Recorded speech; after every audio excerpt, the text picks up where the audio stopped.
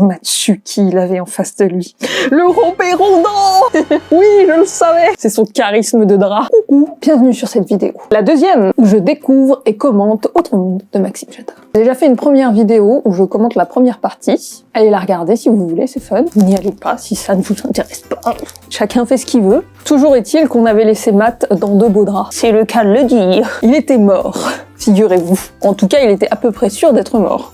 Et il entendait des voix dans sa tête. La voix mystérieuse et charismatique d'une entité plus vieille que le diable, au nom imprononçable. Et maintenant, on attaque la partie 2. Mais que va-t-il se passer ?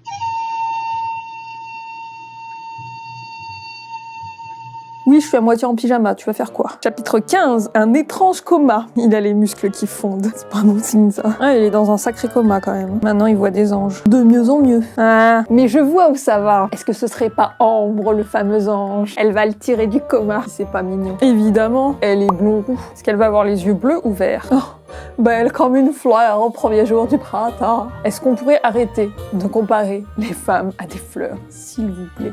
Elle a les yeux verts. Il est loin dans sa tête, là, Matt. Il était à Faucombe. Non. Est-ce qu'il faut imaginer les anges qui chantent oh. Et bah voilà, je suis Ambre. Même son nom avait des sonorités magiques. C'est quand même fou qu'il arrive à tomber amoureux d'elle alors qu'il est à moitié dans le coma. Je l'aurais parié. Je vois bien vers quoi tout ça va. Ambre, sois mon ciel. T'imagines le mec qui te dit ça, un gars que tu connais pas, qui a passé, je sais pas, 3 mois dans le coma, et quand il ouvre les yeux, il te regarde et il te dit « Sois mon ciel ». Tout à fait. Calme-toi, hein. Il se souvient de ce qu'il lui avait dit et la honte grimpe à ses joues. Non shit, tu peux avoir un petit peu honte. C'était un peu cringe, Matt. Il avait déliré. Et oui. Tobias. Il a maigri. Son visage était plus marqué, moins poupon. Il avait perdu ses joues d'enfant. Qu'a-t-il perdu d'autre? Son innocence? Sa trouillardise? Combien de scarabées a-t-il enfermé pendant l'absence de Matt? 5 mois? Ah ouais. C'est qui cet imbécile de Doug qui dit que c'est pas bon de dormir avec un chien?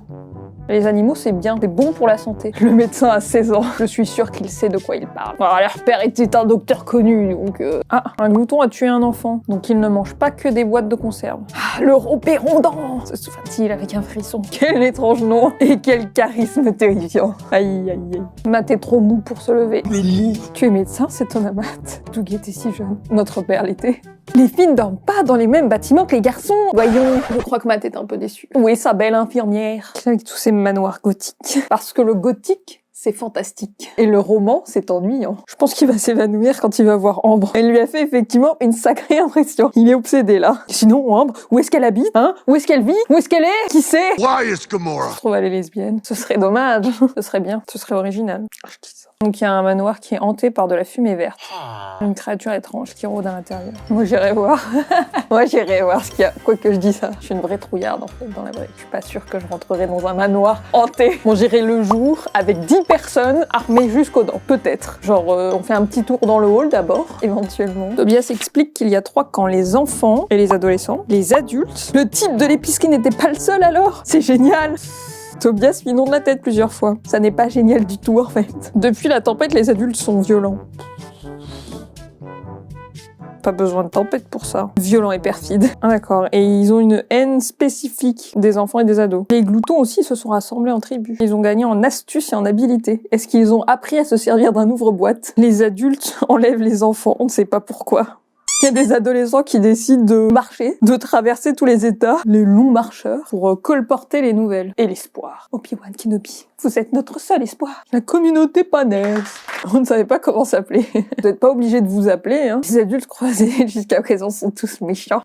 Les adultes sont froids et cruels. Vil et cruel. Parce que là, moi, je vois pas ce qui a changé avec les adultes. Hein. Ah, d'accord, les cyniques. Et donc, j'étais complètement à côté de la plaque. Les mecs sur les échasses ne sont pas les cyniques. Les cyniques, ce sont les adultes méchants. Oui, d'accord. Que sont les mecs sur les échasses? Moi, je pense. Une autre théorie qui va encore être à côté de la plaque, certainement. Il y a les adultes qui ont été transformés physiquement, qui sont devenus les gloutons, ok. Il y a des adultes qui ont disparu, et il y a les adultes qui sont restés et qui sont devenus méchants et perfides, cyniques. Je me demande si les adultes qui ont disparu ne sont pas devenus les échassiers.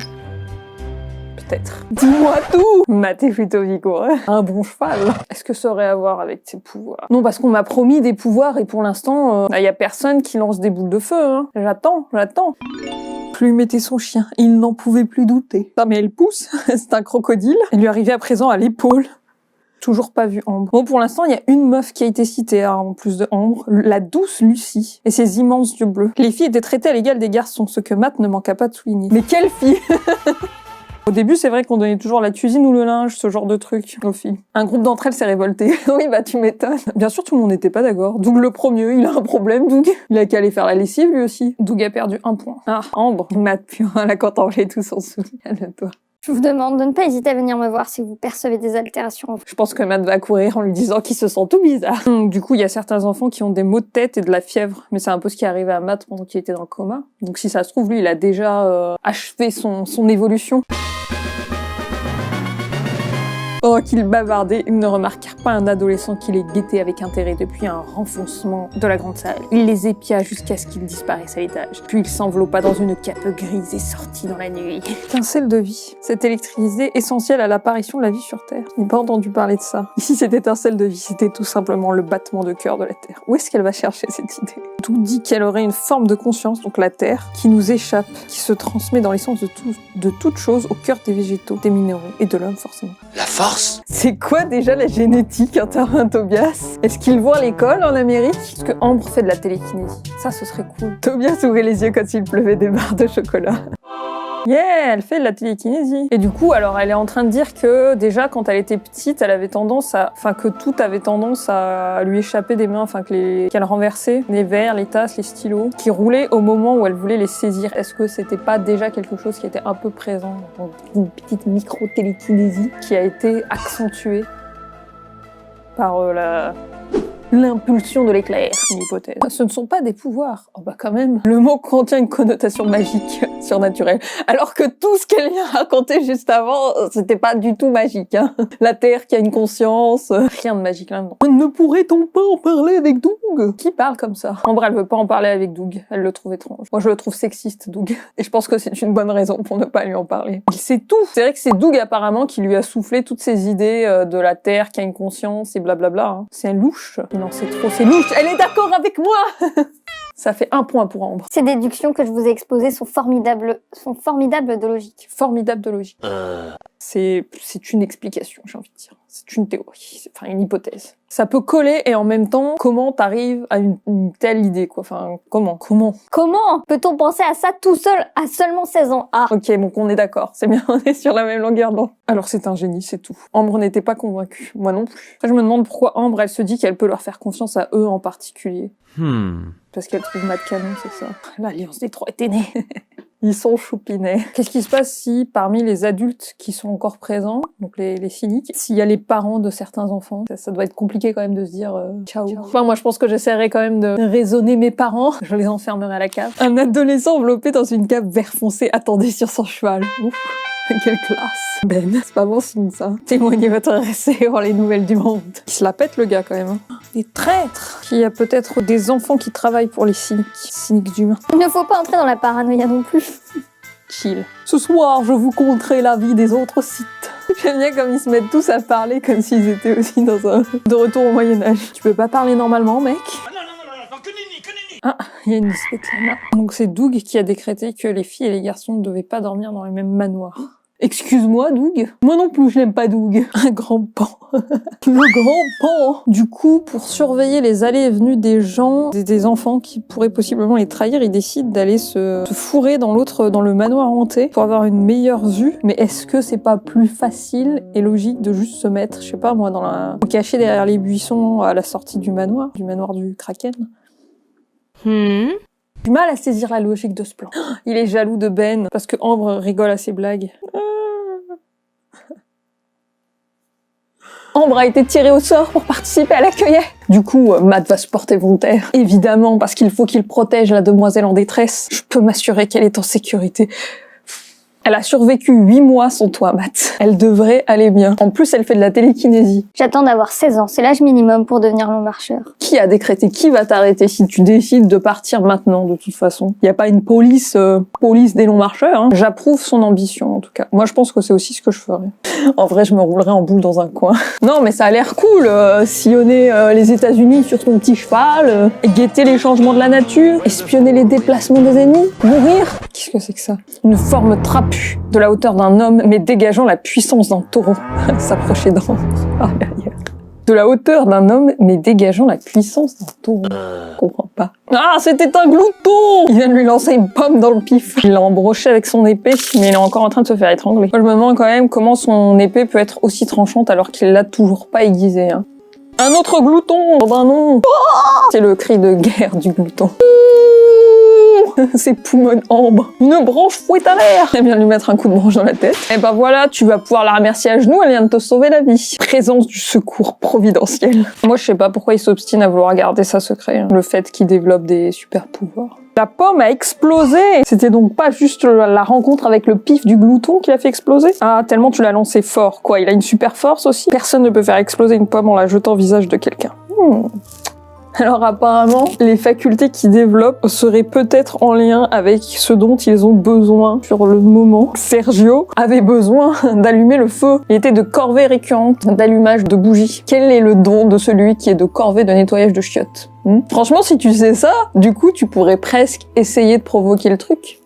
Et moi alors, je vais développer quelle faculté? Ça qui est à Tobias, pourquoi tu t'inquiètes? Moi je serais Tobias, je me dirais c'est le moment là, vite, choisis quelque chose, pas les toilettes. On pense pas qu'on puisse contrôler cette altération. Ça vaut le coup d'essayer. Les gloutons, il glisse. Matt va enfin aiguiser son épée, mais je vois pas pourquoi, hein. Il a pas besoin d'aiguiser son épée, elle marche très bien déjà. Ah là, me dites pas que le super pouvoir de Matt, ça va juste être d'être super fort. C'est chiant ça comme pouvoir. C'est ennuyeux. Il se réveille dans une clairière. Il s'est téléporté. Il se demande s'il est pas en train de rêver, mais il se dit mais non, il était actif. Le propre des rêves est de ressentir une certaine passivité, non? Quoi?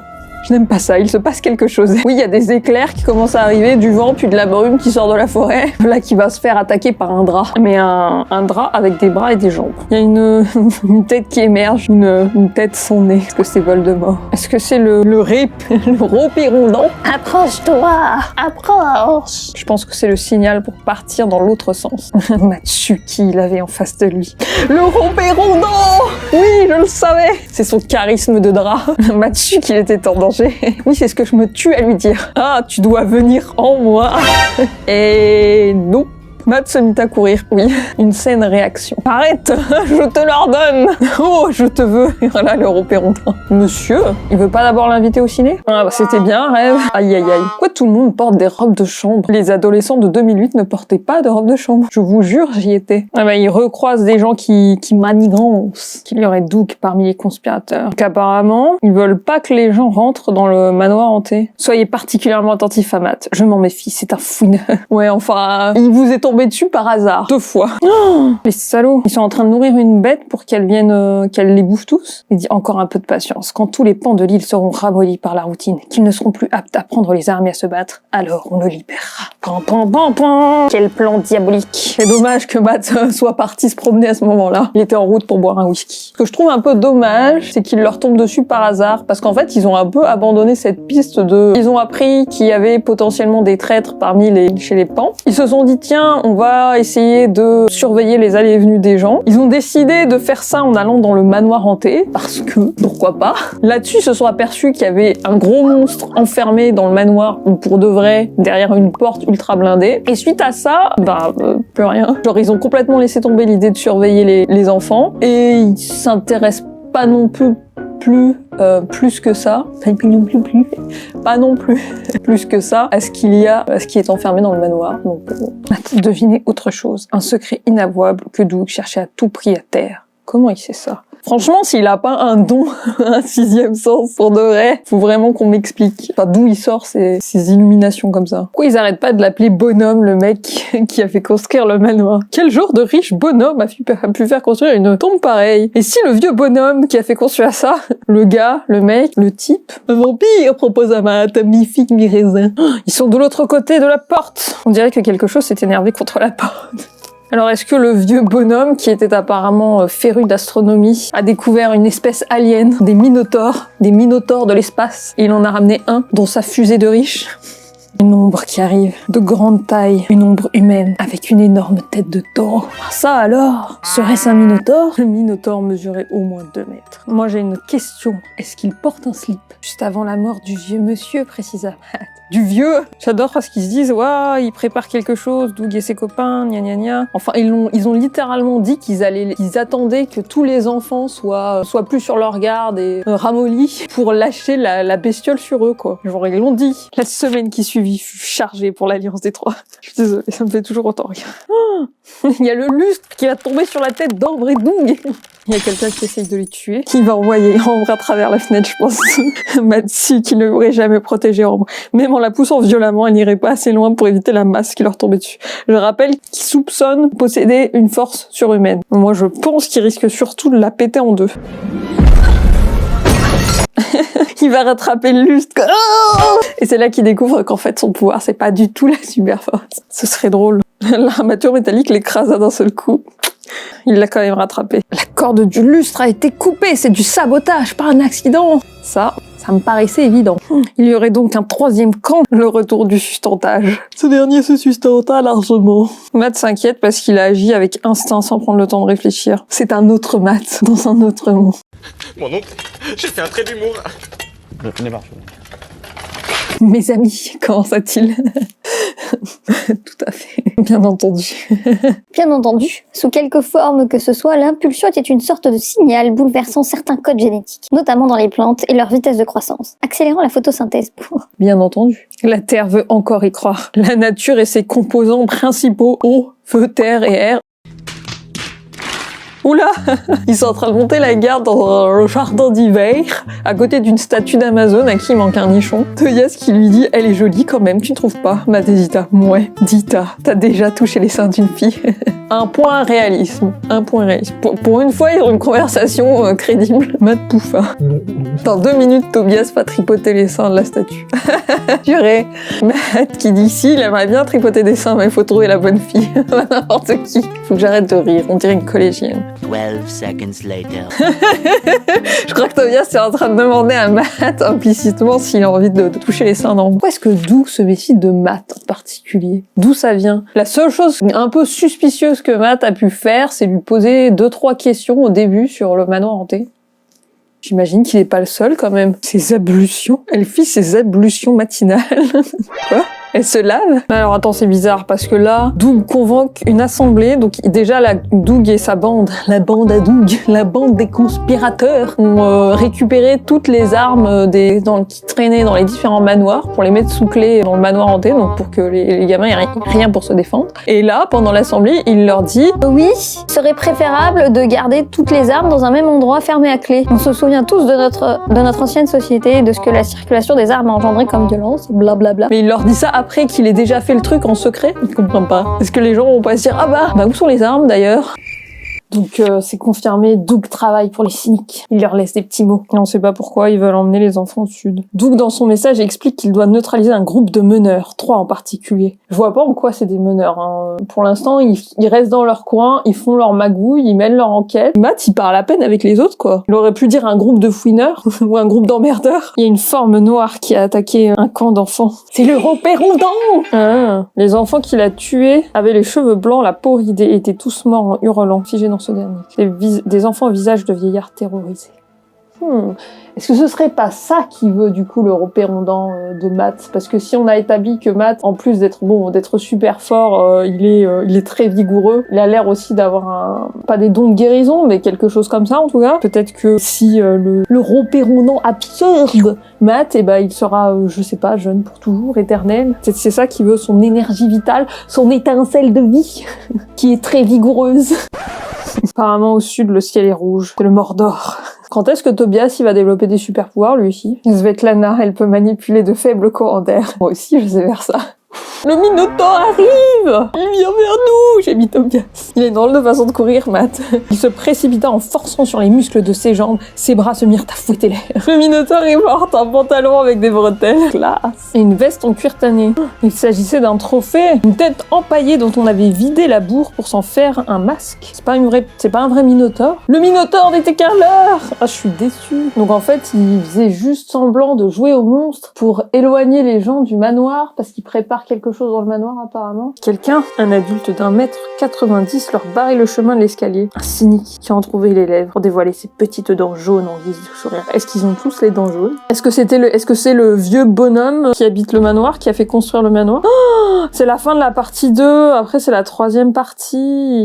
C'est l'heure du bilan. Qu'est-ce que j'en ai pensé alors? Un peu mitigé sur cette partie 2. Le système avec les petites communautés d'enfants qui s'organisent, c'est assez sympa. Le décor, il est toujours aussi chouette. Enfin, il est chouette avec les différents manoirs et tout ça. Cette espèce de retour au Moyen-Âge. Et c'est sympathique, l'univers, toujours. Je dirais le truc qui m'a le plus dérangé dans la partie 2, enfin, que je trouve un peu dommage, c'est le fait que Matt, Ambre et Tobias, on a vraiment l'impression qu'ils existent à part de la communauté, quoi. Ils ont quasiment aucune scène avec les autres gens, si ce n'est quand ils sont en train de jouer à cache-cache la nuit dans le manoir avec Doug et ses potes, quoi. Mais les autres personnages, en fait, les autres enfants de la communauté, bah, c'est juste des noms. C'est pas vraiment des personnages. Matt a aucun lien, aucun réel lien avec personne d'autre en dehors de Ambre et Matt. Et puis on va dire Doug qui est le némésis, le rival, le méchant. Matt, il est complètement déconnecté du reste de la communauté, quoi. Il y a ça. Un autre point qui m'a fait un peu froncer les sourcils, c'est que je pense qu'il y a des révélations et des événements, des points clés de l'intrigue qui auraient pu être mieux amenés, genre plus logiquement, et pas juste maintenant le personnage va découvrir ça par hasard, et puis ensuite il va découvrir ci par hasard. Un peu trop de hasard à mon goût. Et le 3e point qui m'a un peu dérangé dans cette partie, c'est la relation en fait entre Matt et Ambre, enfin même Ambre et, j'ai envie de dire Ambre et le groupe, mais déjà ça va beaucoup trop vite. Dans le sens où, Matt se réveille. Première fois qu'il voit Ambre, c'est quand elle vient s'exprimer devant tout le monde pour commencer à parler des altérations. Enfin, elle parle pas directement des altérations. Elle dit oui, attention, il y a 2-3 enfants qui ont des symptômes bizarres. Matt lui propose de l'aider dans ses recherches. Du coup, il la questionne sur qu'est-ce que tu cherches exactement. C'est là qu'elle leur parle des altérations, en fait, de ses suspicions. Ok, donc elle leur dit ça, mais genre, c'est la première fois qu'elle parle avec Matt, quoi. Genre, c'est premier jour, quoi. Ils se connaissent pas du tout. Première rencontre. Salut, il se serre la main et puis tiens, vas-y, on va s'allier. Pourquoi lui en particulier? Enfin, t'as juste l'impression que c'était écrit dans le plan qu'ils devaient être amis et s'allier, et donc voilà. Une explication, quoi, c'est tout. Pourquoi? Je pense que ça aurait pu être intéressant que justement ce soit quelque chose qu'ils aient à gagner et à travailler en fait cette relation et cette confiance. Et là, c'est comme ça. Voilà. Ils sont potes, c'est écrit. Voilà. À part ça, et là les choses s'accélèrent, donc j'ai bien envie de lire la suite. On va lire la suite. À bientôt. T'as aimé toi?